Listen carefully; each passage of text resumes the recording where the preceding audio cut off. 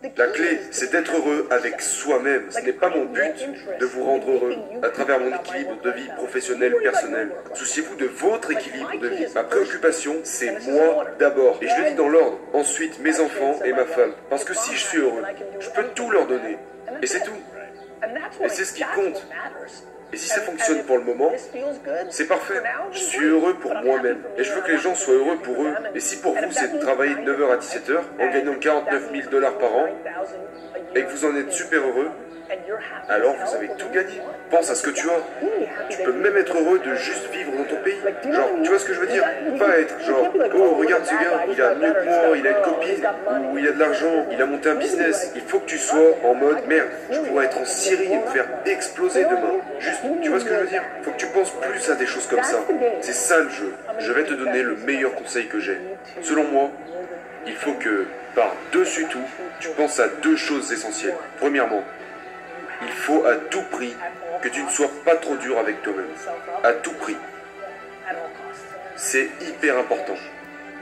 Il faut que tu sois ta plus grande fan, au lieu de critiquer les autres. Et deuxièmement, les moments donnés. Il faut que tu réalises à quel point tu es jeune.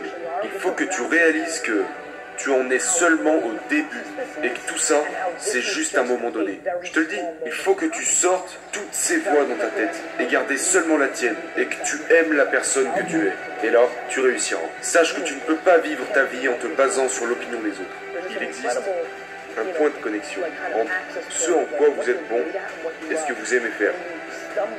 Quand vous êtes quelqu'un comme moi,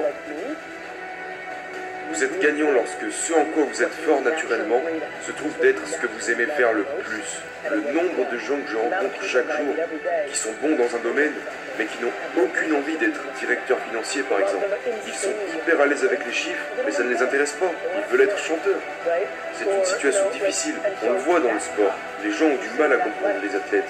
Le nombre d'athlètes qui pratiquent un sport de haut niveau juste parce qu'ils sont bons, comme les gens qui deviennent comptables, mais qui en réalité n'aiment pas la compétition et n'aiment pas le sport. C'est fou quand tu y penses. Tu leur dis, t'es un des 15 meilleurs, mais ça ne leur plaît pas. C'est pour ça qu'ils ne sont pas les meilleurs athlètes de tous les temps. Les meilleurs athlètes de tous les temps sont ceux qui sont passionnés en même temps d'être doués. Et je pense qu'il faut s'essayer à tout. C'est comme la nourriture. Tu ne sais pas quelle est ta nourriture préférée si tu goûtes seulement quelque chose. J'exploiterai le fait d'être jeune pour essayer plein de choses, goûter à plein de choses et identifier ceux dans quoi vous êtes bon, ceux qui pourraient vous plaire. Et ensuite, vous prendrez une décision. La plupart d'entre vous ne sont pas où ils voudraient être dans la vie, car vous êtes inquiet de ce que pensent les autres. En général, votre détraqué de mère, ou votre conjoint, ou un de vos proches, vous empêche d'avancer. Donc, c'est très bien pour moi, mais en revanche, même si en général je m'en fous des commentaires sur mes posts Instagram, des gens qui disent que je suis un escroc, je réfléchis à comment rectifier ça, comme si c'était quelque chose d'hyper important. Voir les choses sous deux angles opposés. Créer comme un pont. Ce n'est pas quelque chose dont vous devriez avoir peur. Beaucoup trop de gens pensent qu'il s'agit d'une contradiction, que c'est une faille. Quand vous prenez la vraie définition de l'intelligence, il s'agit de prendre en considération les opposés et de les faire se confronter. J'aime que tout me vienne intuitivement. On rigolait avant que je monte sur scène, je disais « Qu'est-ce que je dois faire déjà après avoir parlé ?» Et il rigolait. Et me disait « Quoi? T'as pas lu ?»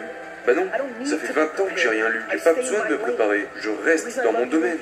La raison pour laquelle j'adore faire des questions-réponses, c'est que si je ne connais pas la réponse à la question, je dirais simplement que je ne connais pas la réponse. Notre société se voile la face. Il faut vous remettre en question et évaluer ce que vous savez, et ensuite vous pourrez réussir. Quand les gens me demandent comment je crée du contenu, un moment qui a été crucial pour ma communauté, c'est quand, il y a 6 mois, je me suis dit, tu devrais documenter. Ça a ouvert des portes à plein de gens lorsqu'ils ont réalisé, attends, tu devrais documenter dans ton blog ou ta story ton parcours d'entrepreneur. Pas que tu es un coach de 21 ans qui prend 5 000 $ par mois pour apprendre aux gens comment vivre. Va te faire foutre. Je connais des dizaines de milliers de personnes. J'en connais des milliers personnellement et je suis très proche de centaines d'autres. Il n'y a aucun lien entre leur niveau de salaire et leur niveau de bonheur. J'ai des amis qui gagnent 47 000 $ par an et qui sont les personnes les plus heureuses que je connaisse. Leur équilibre vie personnelle-travail est parfaitement au point. Ils sont dans 2 équipes de foot, ils jouent aux jeux vidéo, ils regardent toutes les séries qu'ils aiment, ils partent en vacances 2 fois par an et ils sont super heureux. Et je connais des tas de personnes avec qui j'ai grandi pendant l'essor de la Silicon Valley qui ont des centaines de millions de dollars sur leur compte bancaire et qui sont tristes et seuls et perturbés comme jamais. C'est pourquoi je vous en supplie de faire le raisonnement inverse et de réfléchir à qui vous êtes vraiment et d'évaluer le niveau d'argent et de choses dont vous avez vraiment besoin et le niveau de créativité dont vous avez besoin. Et je vous promets une chose qui va certainement vous surprendre. Je devrais être beaucoup plus riche. Je passe à côté de sommes d'argent tous les jours. Je suis passé à côté de sommes astronomiques. Je passe énormément de temps à envoyer des messages privés, à contacter et rencontrer des gens au hasard, sans en tirer aucun profit. En fait, je suis convaincu de ce que je vais vous dire. Je pense que j'aime tellement le parcours et l'enjeu d'être un entrepreneur que je suis passé à côté de certaines opportunités de gagner de l'argent juste pour pouvoir en profiter un peu plus. Parce que j'ai peur que si les chiffres continuent à trop augmenter, à terme, ça enlèvera tout le plaisir du jeu. Quand vous avez comme moi la chance de faire ce que vous aimez, faire quelque chose qui vous rappelle sans cesse la seule chose à laquelle vous tenez le plus, mis à part votre activité, c'est-à-dire le temps que vous passez avec votre famille. Ma famille, c'est toute ma vie. Et malgré ce que je suis et ce que je fais, c'est la seule chose qui compte. Je ne pourrais pas vivre sans ma carrière d'entrepreneur. J'ai tout fait lorsque je n'entreprenais pas. C'est pour ça que j'avais des mauvaises notes à l'école.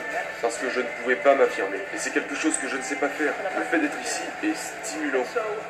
Parce que venir, non pas à LA, San Francisco, New York ou Londres, c'est plus amusant pour moi. Ça a un côté pragmatique. On sent qu'il y en a encore pas mal sous le pied. C'est ce que j'aime. Mais je veux rappeler à tout le monde que juste parce que vous n'avez pas grandi avec un héritage ou parce que vous n'habitez pas à la Silicon Valley, le marché s'en moque. Si vous êtes suffisamment bon, vous réussirez. La quantité de personnes sur le marché qui prétendent être ce qu'ils ne sont pas. Parce que ce que leur principale motivation est, c'est qu'ils sont à la poursuite de l'argent. C'est la principale raison pour laquelle tant de gens perdent. Tu ne peux pas contrefaire ce que tu es. Tu ne peux pas le fabriquer. Tu ne peux pas le désirer. Tant de gens ici veulent être des business coachs alors qu'ils n'ont jamais construit une seule putain d'entreprise. Je m'inquiète de ces gens qui suivent la tendance actuelle au lieu de suivre la seule chose qu'ils sont en réalité. Voilà pourquoi ça marche si bien pour moi. C'est parce que j'ai jamais changé. Qu'importe ce à quoi vous donniez de l'importance. Et devinez quoi ? Être entrepreneur ne sera plus aussi cool un de ces jours. Et laissez-moi vous promettre le moyen le plus rapide pour gagner. Et je ne parle pas d'argent. Je veux dire, gagner. Agir de la façon qui vous semble la bonne, avant que ça ne le soit pour n'importe qui d'autre autour de vous. Et je vous promets que la majorité d'entre vous ne le font pas. Qui sont les personnes que nous chérissons et que nous avons mis en évidence ? Ce sont ces personnes qui ont tout misé sur eux-mêmes et qui se sont totalement engagées lorsque vous êtes dévoués à votre travail. Et nous vivons maintenant dans un monde où l'Internet a créé des niches de communauté, des niches autour de chaque putain de truc que vous ne pourriez jamais imaginer. C'est une incroyable bénédiction pour chacun de nous tous, que nos grands-parents n'ont pas eu la possibilité de connaître. La plupart d'entre vous poursuivent de l'argent, putain. Donc vous allez perdre. J'espère que vous cherchez quel est votre talent, ou quelle est la véritable essence de qui vous êtes. Parce que ce sont les seules deux raisons qui créent ce fameux avantage que tout le monde veut poursuivre. Les gens qui bossent le plus sont les plus heureux, pas les plus tristes. Et la raison pour laquelle je bosse tellement, c'est parce que c'est la putain de variable la plus contrôlable. Tu sais, pour être bon, je pense qu'il faut se battre. Et je pense réellement que mon succès est le produit d'un certain niveau de compétence. Mais je pense vraiment que je gagne parce que je travaille plus dur que les autres. Je le pense vraiment. Je le pense à 100%. Et je ne suis pas sûr que si mon père ne m'avait pas montré l'exemple, je n'aurais même pas eu la capacité de penser que quelqu'un puisse autant travailler. Le fait que j'ai travaillé 19 heures par jour, tous les jours, ces 20 dernières années, C'est facile pour moi. C'est la seule chose que je connaissais. Le travail. J'étais pauvre. J'étais nul à l'école. C'est la seule corde que j'avais à mon arc. Tu sais, je pense que tu as besoin de reconnaître que ton plus grand avantage est que tu as plus faim que ton compétiteur. Et que si tu ne profites pas de ton seul avantage, qui est ton éthique de travail et les heures que tu as dédiées à ton business, alors ce sera vraiment difficile pour toi. Je suis assis là autour de vous, avec l'énorme impression que vous êtes trop faible pour me battre. Je pense que vous aviez eu plus d'avantages que moi, que tout ça ne vous permet même pas de me battre. Quelqu'un viendra dire avec un point de vue opposé, Gary, c'est cool, mais je n'ai pas besoin de travailler dur, car je travaille intelligemment. Ouais, moi aussi, trou du cul. Je travaille dur et intelligemment. Alors quoi? Il y a 8, 10, 12, 15 heures de travail quotidien. Vous pouvez finir tellement de choses dans ces 9, 12, 18 heures. Vous pouvez finir une quantité moindre de choses, ou peu de choses. Les gens se focalisent trop sur de petits détails. Trop de personnes dans cette salle vont passer les 30, 40 prochaines années de leur vie à essayer de cocher les croix de leurs tâches, auxquelles elles ne sont pas bonnes. Et vous allez perdre une énorme quantité de temps et finir par perdre tout simplement. Je recommande grandement aux travailleurs acharnés, il y a beaucoup d'entre vous, qui parlent tout le temps. Gary, je travaille dur, et c'est vrai, vous travaillez 16 heures. Certaines personnes n'ont juste pas d'attention, ou la capacité de se rappeler. Il y a plein de choses que je ne peux pas apprendre. J'étais un élève très mauvais, car le sujet des cours était juste ennuyant. Et si j'avais été forcé à apprendre et comprendre le parcours des plus grands artistes du XXe siècle, je pense que je serais vraiment dans le pétrin. Et donc, je dirais aux gens de miser sur leurs forces. Vous avez besoin de miser sur vos forces et ne portez pas d'attention sur vos faiblesses, pour se mettre dans la position de gagner avec leurs forces, car c'est absolument la voie la plus directe vers le succès. La grandeur vient de l'adversité et du fait d'affronter le challenge dans les yeux et d'avoir le courage de se lever et d'y aller.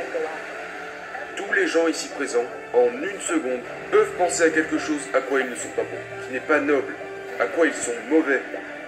En une seconde, une chose qu'ils savent qu'ils n'ont pas encore avoué à eux-mêmes. C'est intriguant, c'est le début du processus.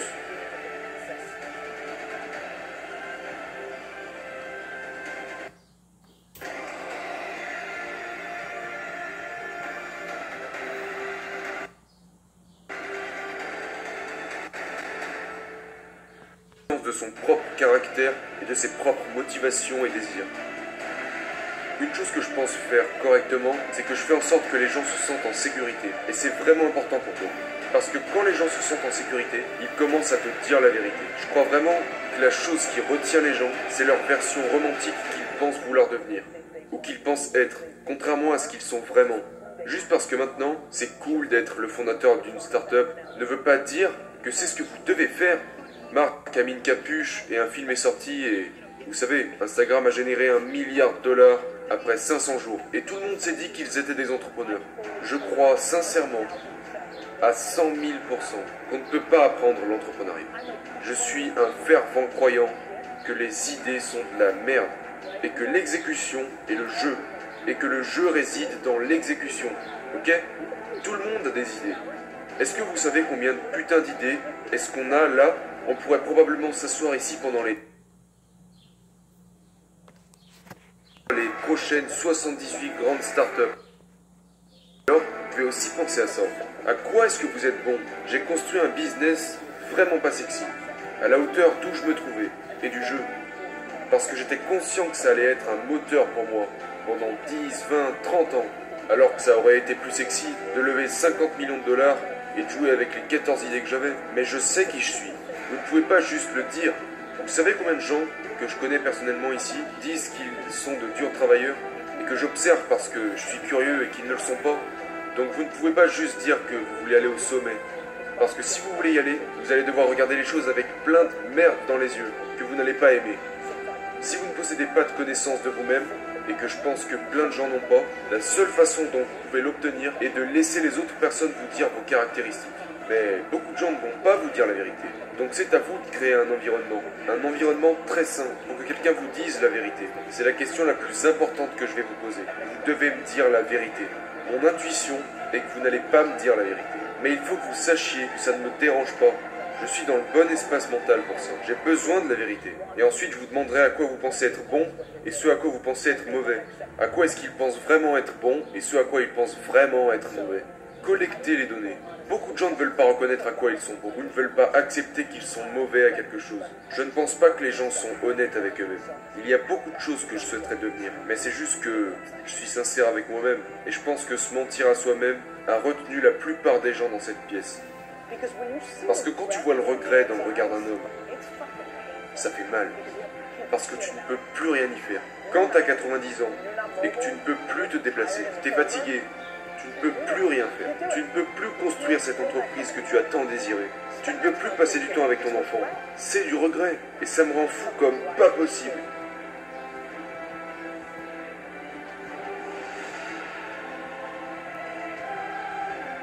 Regarde. Je pense que l'échec doit être quantifié. Si tu échoues et que tu ne peux plus jamais te relever, tu sais, c'est pas un bon échec. Je pense que l'échec et la difficulté sont les deux choses auxquelles je pense. Pour moi, en tant qu'entrepreneur, entreprenant et toujours dans mon propre truc, tous les échecs sur mon chemin, même en revenant jusqu'à la vente de cartes de baseball quand j'avais 13 ans et que j'ai payé une table 400 $ pour la présentation alors que personne n'est venu à cet événement, c'était une leçon. Ces micro-échecs étaient super importants. Tout dépend de tes tripes, tu vois. Si tu mets définitivement la clé sous la porte, je pense que les gens prennent l'une ou l'autre direction, tu vois. Ils sont comme finis et ils ne pourront plus jamais se relever et ils suivent une autre voie. Je pense que quantifier l'échec est important pour moi. Il faut changer, il faut évoluer. Madonna l'a bien fait. Elle s'est réinventée 14 fois. C'est pour ça qu'elle a une longue carrière. Tu sais, tu dois te réinventer. Parlons de sport. Quand t'es le meilleur athlète et que t'es le mec parmi les 15 meilleurs, comme Draymond Green, c'est mon pote. Draymond a toujours travaillé son jeu à chaque trêve. Ricky Rubin, le meneur flamboyant de Minnesota, s'il avait développé son tir extérieur, il serait devenu un bien plus grand joueur. Il avait les capacités de passeur, la rapidité, il avait tout. Et si au lieu d'aller à Ibiza sauter des nanas pendant la trêve, il avait travaillé son tir à 6 mètres, il serait dans le circuit. Si on a de l'ambition, les actions doivent y correspondre. Et trop de personnes n'y mettent pas le travail nécessaire. Leurs paroles sont au-dessus de leurs actes. Alors vraiment, tu vas devenir meilleur joueur de NBA de tous les temps? Pourquoi? Parce que tu joues un petit peu le week-end? Tu as le devoir de tirer 15 000 lancers francs tous les matins avant d'aller à l'école. Qu'est-ce que tu fais entre le vendredi à 17 h et le lundi matin à 7 h? Je suis juste curieux. Et je pense pas que tu ne devrais pas avoir de week-end, mais je pense que les ambitions de chacun sont plus prédites par les actions que par les paroles. Mes amis me disent toujours qu'ils sont tellement ambitieux. Et je réponds, si c'est vrai, alors vire tes loisirs. Tu vires tes concerts à Jones Beach et tu bosses comme jamais. Je me rends compte de ce qui se passe. Je réalise que je vis ma vie comme si c'était la seule et que beaucoup ne le font pas. Les gens se baladent comme s'ils allaient ressusciter. Tu ne reviendras pas, mon gars. Alors écoute, je ne veux pas imposer mes croyances aux autres. Tu crois peut-être qu'on se réincarne? Je crois que si tu te réincarnes, tu te réincarnes en arbre, mon gars. Ou un pot de fleurs, ou une paire de pompes, et c'est nul par rapport à être un humain. Alors, j'agis dans cette perspective. Fais ce qui te rend heureux.